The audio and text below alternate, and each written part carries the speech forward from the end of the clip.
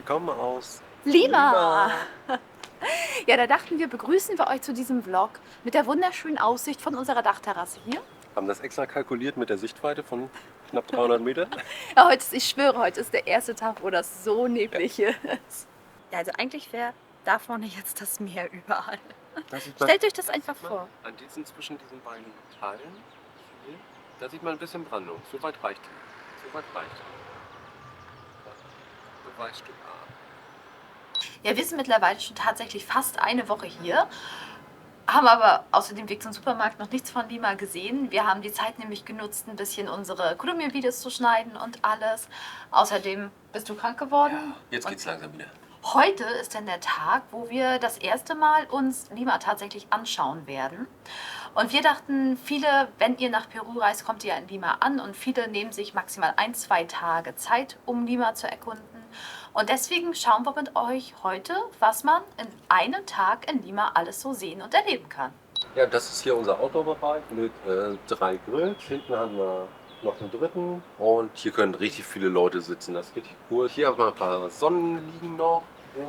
Und da ist noch ein kleiner Pool, wo auch ziemlich viele Leute reinpassen, wie wir das gesehen haben. Ne? Ja, das ist dann hier einmal unser Airbnb und die ist eigentlich ganz cool, weil wir haben auf jeden Fall relativ viel Stauraum. Also es gibt Einbauschränke, wir haben sogar ein Gästebad, also ich weiß gar nicht, wer kommen soll. Und hier haben wir dann unsere Küche, wir haben Gefrierschrank, Kühlschrank und sogar einen Herd und einen Ofen. Und eine Mikrowelle gibt es auch noch, das ist ganz cool. Und hier haben wir dann die Möglichkeit, auch vernünftig zu arbeiten. Wir haben Schreibtisch, sogar einen richtigen Bürostuhl, kleinen Außenbereich, da kann man zumindest so ein bisschen noch sitzen. Das Schlafzimmer ist auf jeden Fall auch schön geräumig und hell. Auch hier haben wir Einbauschränke. Ja, und das Bad, das ist ein bisschen kleiner, aber war jetzt auch vollkommen okay. Achso, und unten haben wir im Gebäude noch eine Waschküche und auch sogar ein kleines Gym.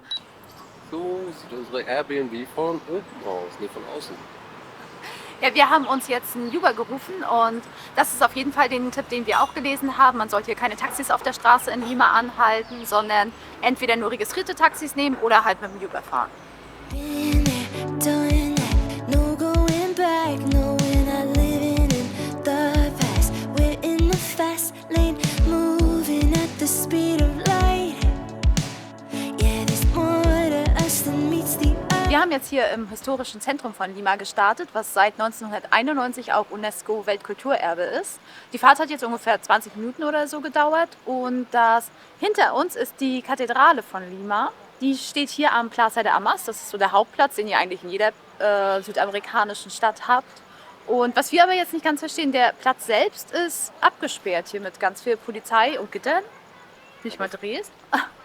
Vielleicht kommen wir da ja noch rein, keine Ahnung. Wir wissen jetzt aber irgendwie noch nicht, wieso.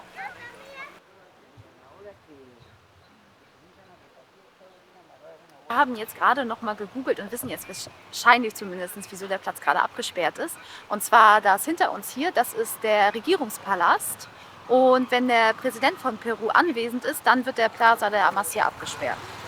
This time around, feels so right, it's gonna be so good. Dancing the light into the night, it's gonna be so good. Wir haben die Absperrung durchbruchen. Wenn wir jetzt nicht zu weit gehen, werden wir auch nicht zurückgefahren. Ja. Nein, also als Fußgänger darf man wohl hier trotzdem jetzt rübergehen, aber wir dürfen nicht bis in die Mitte zum In die Mitte nicht. Springbrunnen, da wurden wir gleich zurückgepfiffen von einem Aber Polizisten. dafür haben wir schon einen anderen Springbrunnen gesehen, der ist auch schön. Yeah, we're moving at the speed of light. Yeah, there's more to us than meets the eye.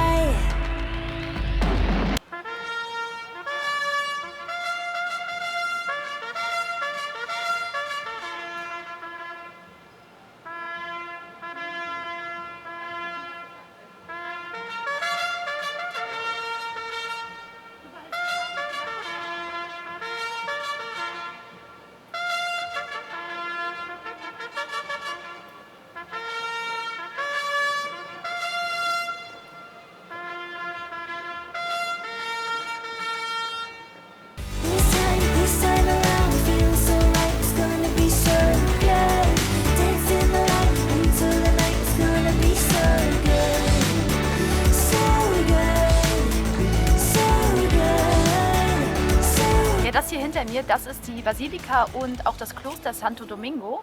Und das wurde auch gegründet, als Lima hier gegründet wurde. Aber im Laufe der Jahrhunderte wurde die Kirche immer wieder durch zahlreiche Erdbeben zerstört und dann wieder neu aufgebaut. Und deswegen vereint dieses Gebäude halt super viele Baustile ineinander, was irgendwie ganz cool ist. Can you see it? Got the vibe and it's too good. We're living in a new world. Can you feel it? Can you see it? Forget whatever they told you. Wir haben irgendwie so ein bisschen den Tag der abgesperrten Sachen, glaube ich. Hier wird gebaut.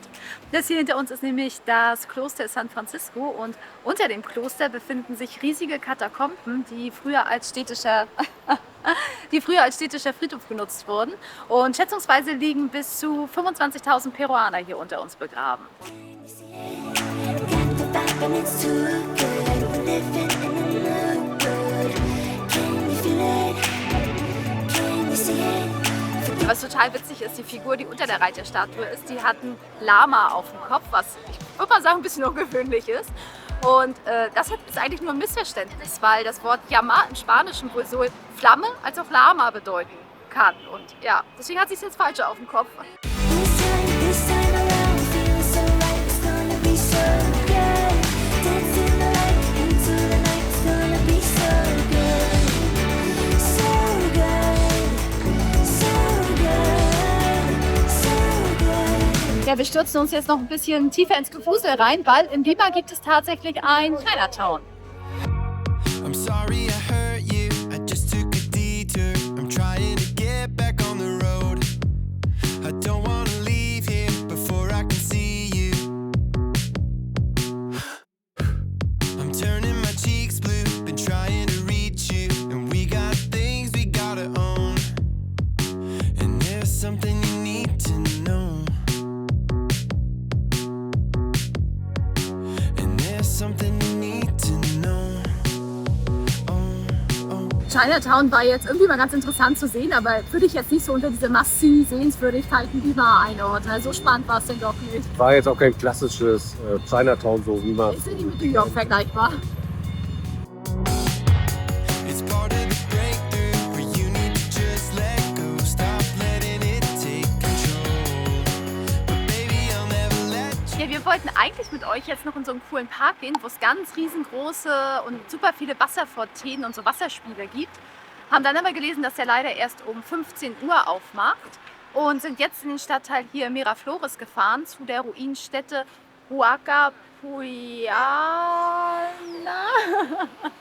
Das wird gerade eingeblendet. Und das ist eine alte archäologische Stätte. Die Zeit hier wurde von 200 bis 700 nach Christi erbaut und ist präkolumbianisch. Und das Besondere ist, dass sie auch absolut nur aus Lehmziegeln besteht, was ja doch ein bisschen besonders ist hier für die Gegend. Aber im Eingang haben wir jetzt erfahren, dass man mittlerweile nicht mehr selber durchlaufen kann, sondern zwingend einen Tourguide nehmen muss für eine Stunde.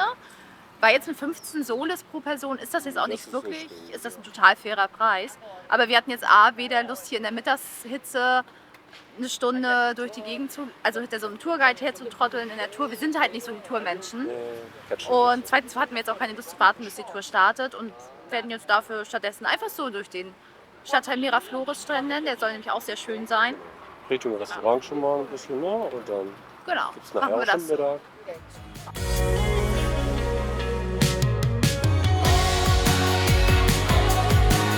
Before you let it go, there's something you should know.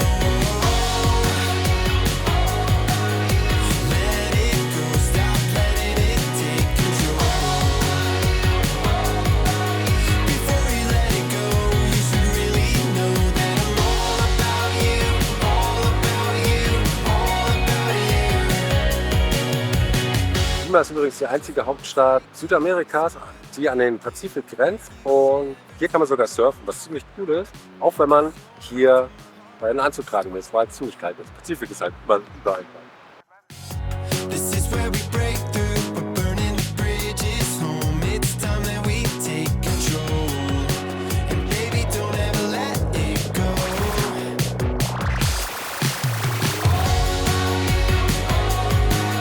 Before you let it go, there's something you should know. Wir sind jetzt hier im Tag der Liebenden und damit leider gesetzlich dazu verpflichtet, uns jetzt einmal zu küssen.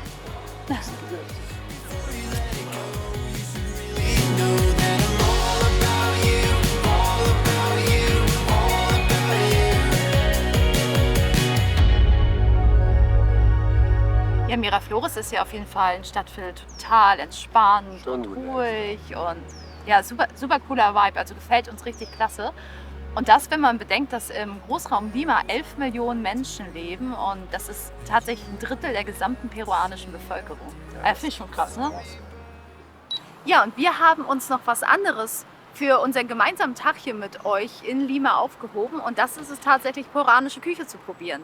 Die soll nämlich wirklich richtig lecker sein und ja, die vergangene Woche haben wir selbst gekocht und jetzt wird Zeit, mal irgendwas Traditionelles zu verkosten. Genau, für uns so ein bisschen in die vegane Richtung. Aber Lima gilt auch übrigens als eigentlich die Food-Hauptstadt so von Südamerika. Südamerika, ja.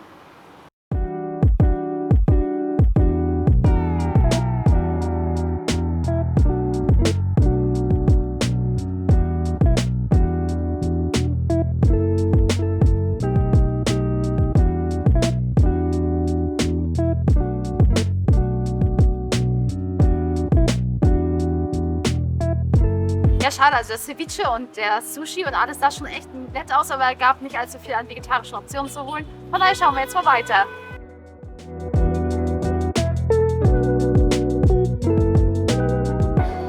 Ja, wir gönnen uns jetzt mal richtig und starten mit einem Pisco Sour. Das ist ja so ein bisschen das Nationalgetränk hier in Peru.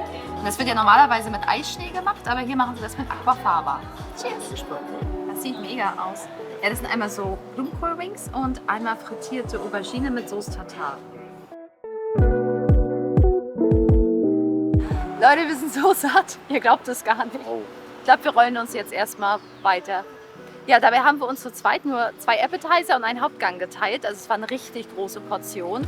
Aber es war auch ultra lecker. Also wenn ihr in Peru seid, Ceviche, ob mit oder ohne Fisch, ist super erfrischend, total lecker. Solltet ihr auf eure kulinarische Peru-Bucketlist schreiben. Und der Pisco Sour war auch gut. Also den sollte man auch auf jeden Fall mal probieren. Also wenn ihr auch in der Gegend seid, könnt ihr auf jeden Fall mal das Lokal angucken, das ist auf jeden Fall auch so. Sie hatten tolles Essen.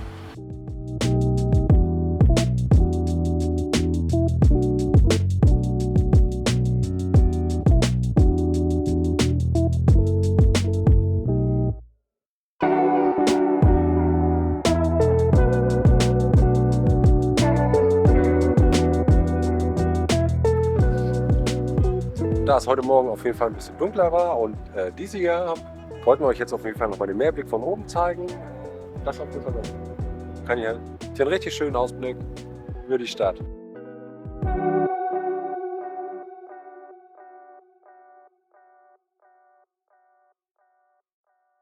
So, wir sind wieder in der Unterkunft und wir müssen ganz ehrlich sagen, ich glaube, wir haben die Sonne hier in Lima ein bisschen unterschätzt. Dadurch, dass es ja deutlich kühler ist als in Kolumbien, sind wir jetzt irgendwie ganz schön sonnenmüde und haben uns auch so ein ganz bisschen verbrannt, glaube ich.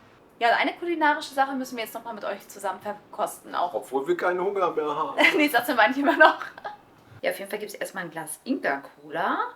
Und dann dieses Gebilde hier, das nennt sich Tamal. Das haben wir schon mehrfach hier Ja, auch gesehen. in Kolumbien ganz viel schon, ne? Es ist in irgendeinem Blatt, wir wissen nicht genau, was es ist. Und meistens haben wir es mit Huhn gesehen, aber jetzt ist es irgendwie mit Olive und Champignons. Wir Genau. werden es mal verkosten.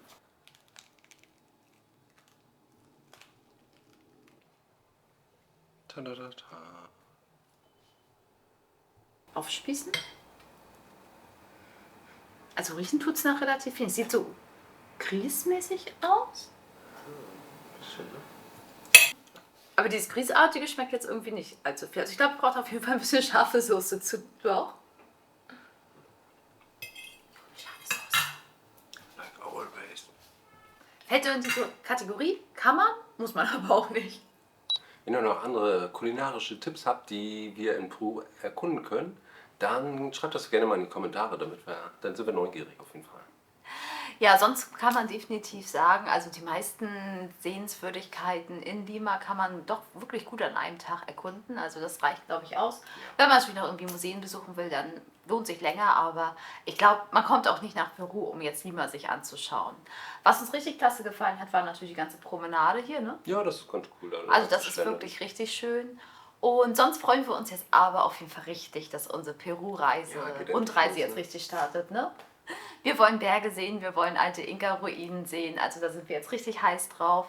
Und freuen uns, wenn ihr dann zum nächsten Video wieder einschaltet. Und bis dann! Tschüss.